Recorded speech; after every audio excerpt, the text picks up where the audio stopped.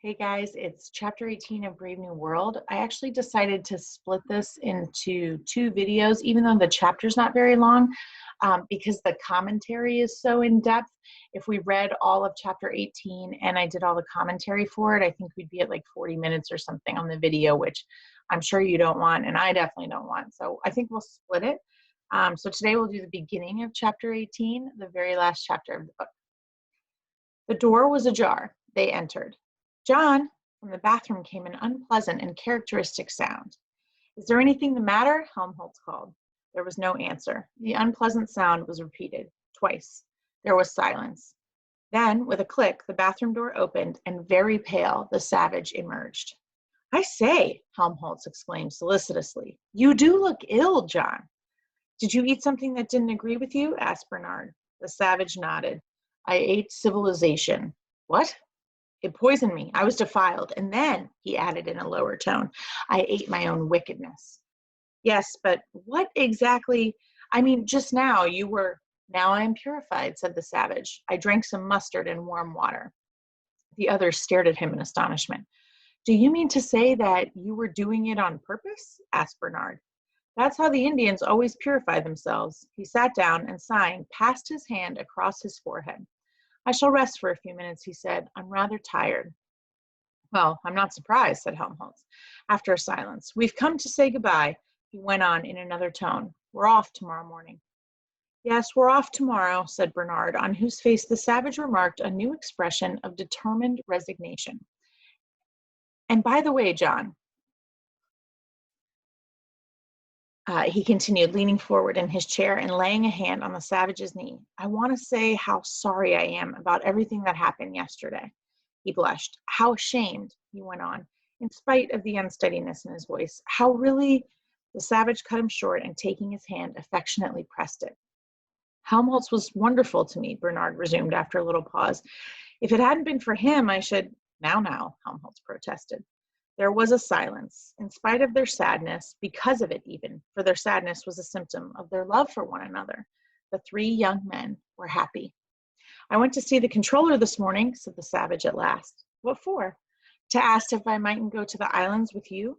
And what did he say? Asked Helmholtz eagerly. The savage shook his head. He wouldn't let me. Why not?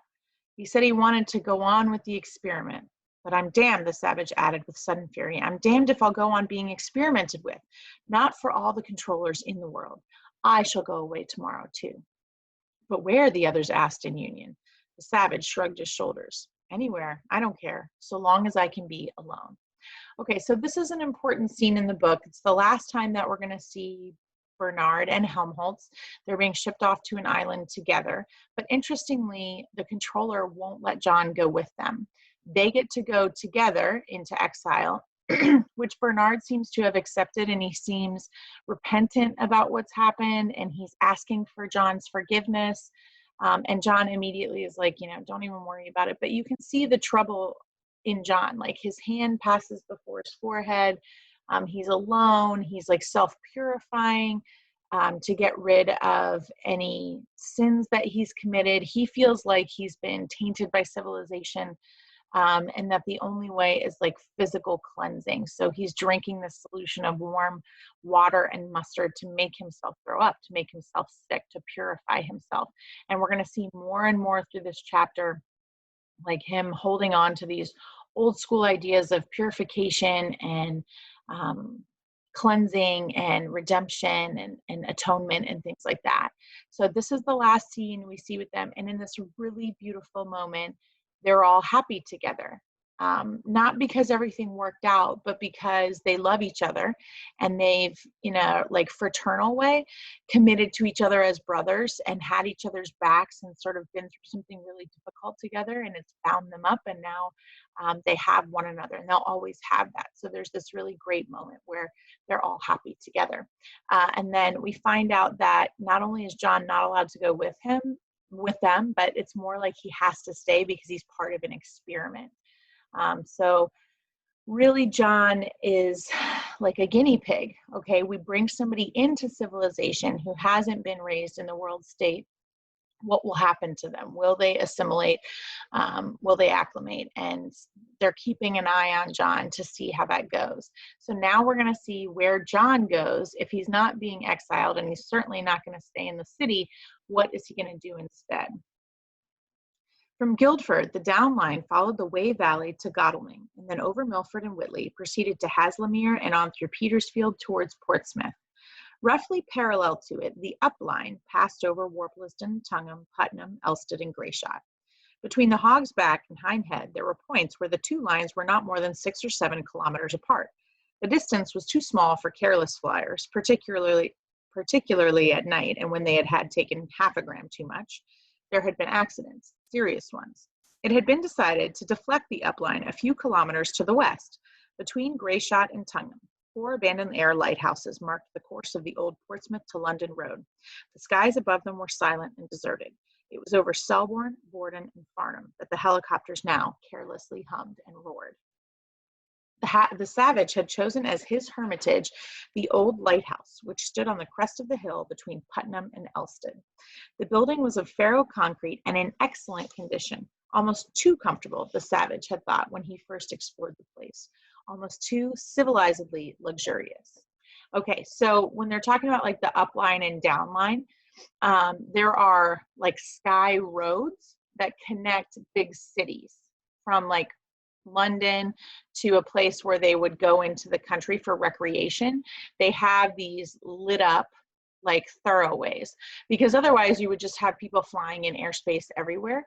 And so there are these like roads that helicopters have to follow. And in the initial roads that he's talking about along these small towns, they were too close together, and when people had too much soma at night, there were accidents and crashes. So they shut down this old road and built a new road somewhere else. So on the old road to this old place, there are all of these lighthouses.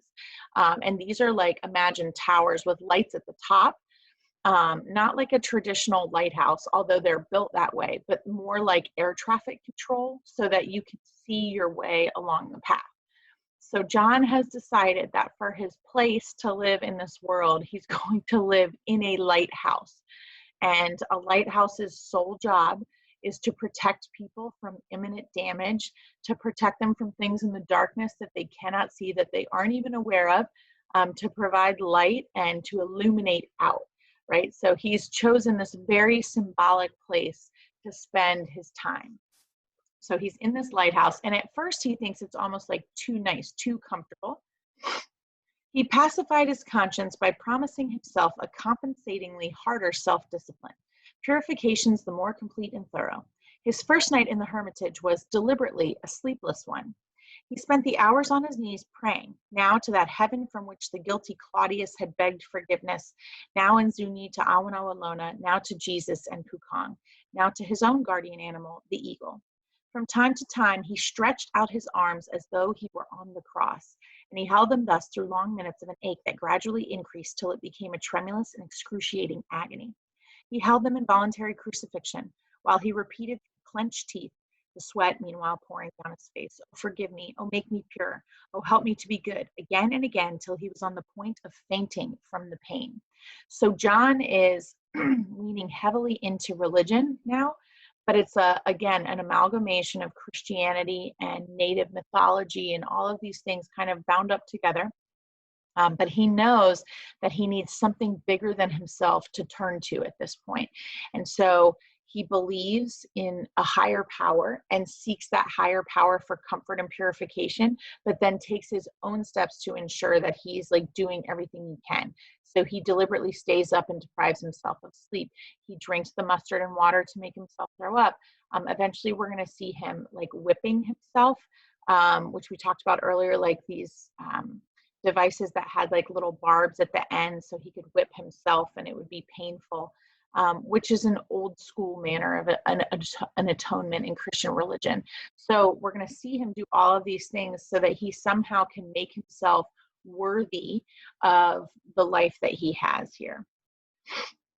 When morning came, he felt he had earned the right to inhabit the lighthouse. Yet, even though there still was glass in most of the windows, even though the view from the platform was so fine, For the very reason why he had chosen the lighthouse had become almost instantly a reason for going somewhere else. He had decided to live there because the view was so beautiful, because from his vantage point, he seemed to be looking out onto the incarnation of a divine being. But who was he to be pampered with the daily and hourly sight of loveliness? Who was he to be living in the visible presence of God? All he deserved to live in was some filthy sty, some blind hole in the ground, stiff and still aching after his long night of pain. But for that very reason, inwardly reassured, he climbed up to the platform of his tower. He looked out over the bright sunrise world which he had regained the right to inhabit. On the north, the view was bounded by the long chalk ridge of the Hog's Back, from behind whose eastern extremity rose the towers of the 7 skyscrapers which constituted Guildford. So he has these beautiful panoramic views of landscape. But when he looks into the distance over the hilltops, he sees 7 lights of 7 towers from a far city, which is a biblical allusion to the 7 stars. And notice that it's like morning, it's the beginning of something new, the promise of like refreshment and starting over. When we see him, it's the morning. Seeing them, the savage made a grimace, but he was to become reconciled to them in course of time. For at night they twinkled gaily with geometrical constellations, or else, floodlighted, pointed their luminous fingers, with a gesture whose significance nobody in England but the savage now understood, solemnly towards the plumbless mysteries of heaven.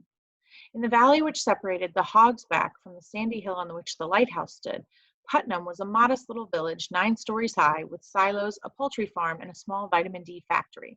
On the other side of the lighthouse, towards the south, the ground fell away in long slopes of heather to a chain of ponds.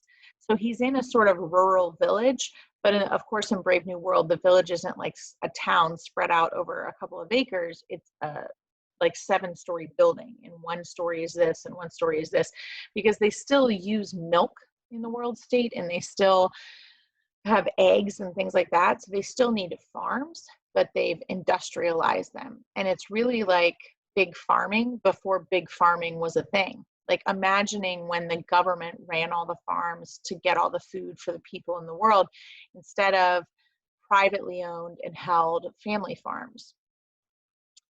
Beyond them, above the intervening woods, rose the 14-story Tower of Elston. Dim in the hazy English air, Hindhead and Selborne invited the eye into a blue romantic distance. But it was not alone the distance that had attracted the savage to his lighthouse. The near was as seductive as the far.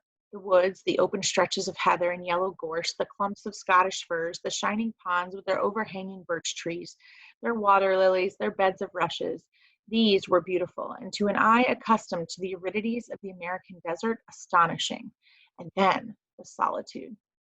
Whole days passed during which he never saw a human being. The lighthouse was only a quarter of an hour's flight from the Charing T Tower, but the hills of Malpais were hardly more deserted than this Surrey Heath. The crowds that daily left London left it only to play electromagnetic golf or tennis. Putnam possessed no links. The nearest Ryman surfaces were at Guildford. Flowers and a landscape were the only attractions here. And so, as there was no good reason for coming, nobody came. During the first days, the savage lived alone and undisturbed. So John is in a sort of wilderness here, this rural place where he can go for days on end without seeing anyone. And that's why he likes it. He wants to be away from civilization. He wants to be away from people. He likes the solitude. He likes to be alone. This all feeds into the Christ figure aspects of him. And so he's out here in this very quiet place, and the landscape reminds him of God. And even though he feels like he doesn't deserve that, he's drawn to it. So he likes the way that it looks, and he likes the isolation of it. It's like heather, which is a type of plant, and this beautiful clean air, and it's quiet, and it's lonely, but in a good way. So like the original introvert here is very happy to be away from everything that town offers. Of the money which, on his first arrival, John had received for his personal expenses, most had been spent on his equipment. Okay, so we understand now that to be able to do this, he needed money. So while they wouldn't let him exile with his friends, they did give him money to go and make his own way. And he says he spends most of his money on equipment. Before leaving London, he had bought 4 viscose woolen blankets, rope and string, nails, glue, a few tools, matches, though he intended in due course to make a fire drill, some pots and pans, 2 dozen packets of seeds, and 10 kilograms of wheat flour. No, not synthetic starch and cotton waste flour substitute, he had insisted, even though it is more nourishing. But when it came to panglandular biscuits and vitaminized beef surrogate, he had not been able to resist the shopman's persuasion. Looking at the tins now, he bitterly reproached himself for his weakness. Loathsome civilized stuff. He had made up his mind that he would never eat it, even if he were starving. That'll teach them, he thought vindictively. It would also teach him. So he's gathering tools. He bought tools and seeds and like flour and things like that. So instead of buying like pre-made processed food, he bought the things that he needs to grow his own food, and to make his own food. So really what we have here is like a guy going off the grid. He doesn't want to have to depend on civilization for anything.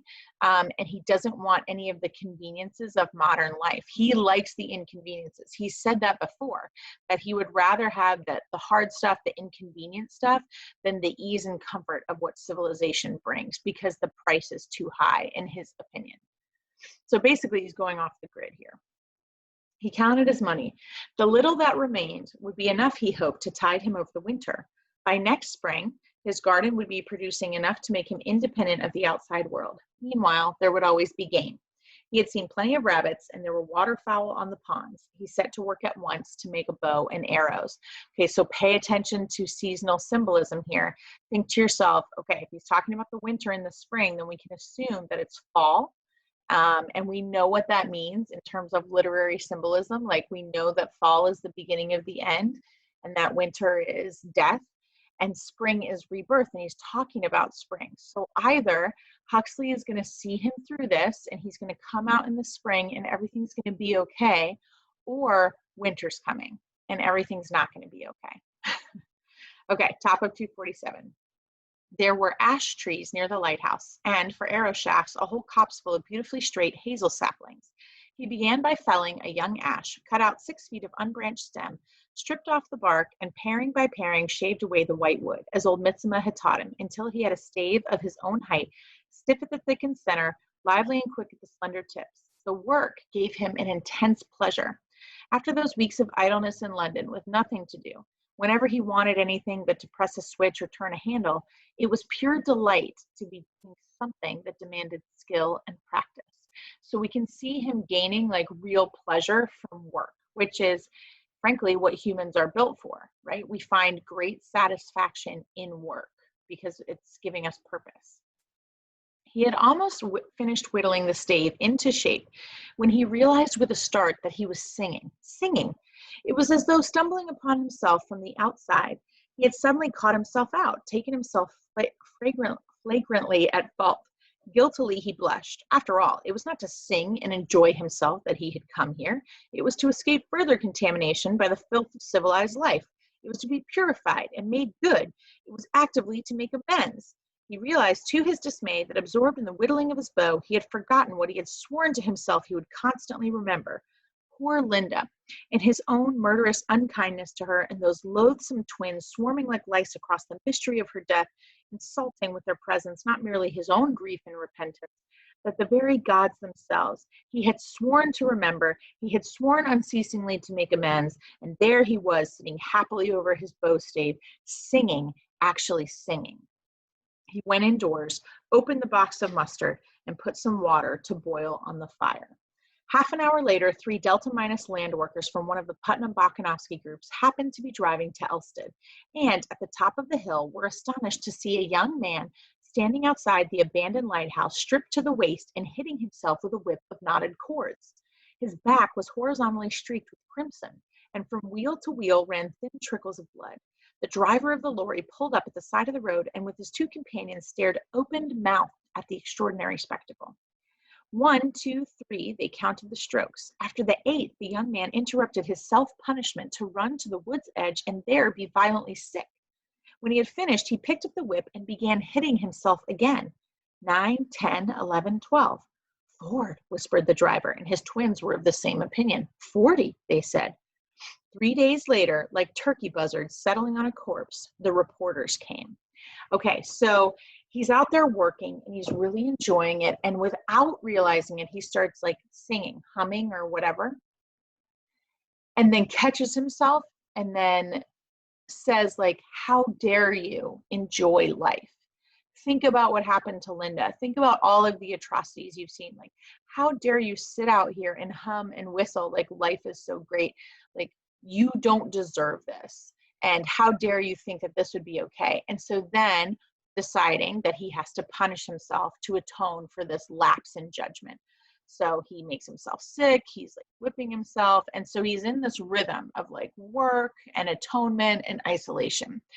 And then other people from the outside see him and they're drawn to like the craziness of his like self-punishment. They've never seen anything like that. They've never seen blood like that. And so these guys are observing it. And as soon as they go back to town, they tell everyone. And then suddenly you have tons and tons of reporters showing up trying to catch him doing all of this, almost like the original paparazzi. Like paparazzi don't exist at this time, but Huxley imagines a place where your life became fodder for everyone else and entertainment for everyone else. And so he puts and positions reporters out here to observe John and then report back to the world. So we're going to draw the line there and stop on 248, and then we'll pick up in part 2 on 248 and finish to 259, which is the end of the book. If you have questions, let me know. Be sure to be annotating as you're reading along, and then I'll see you guys for the last section.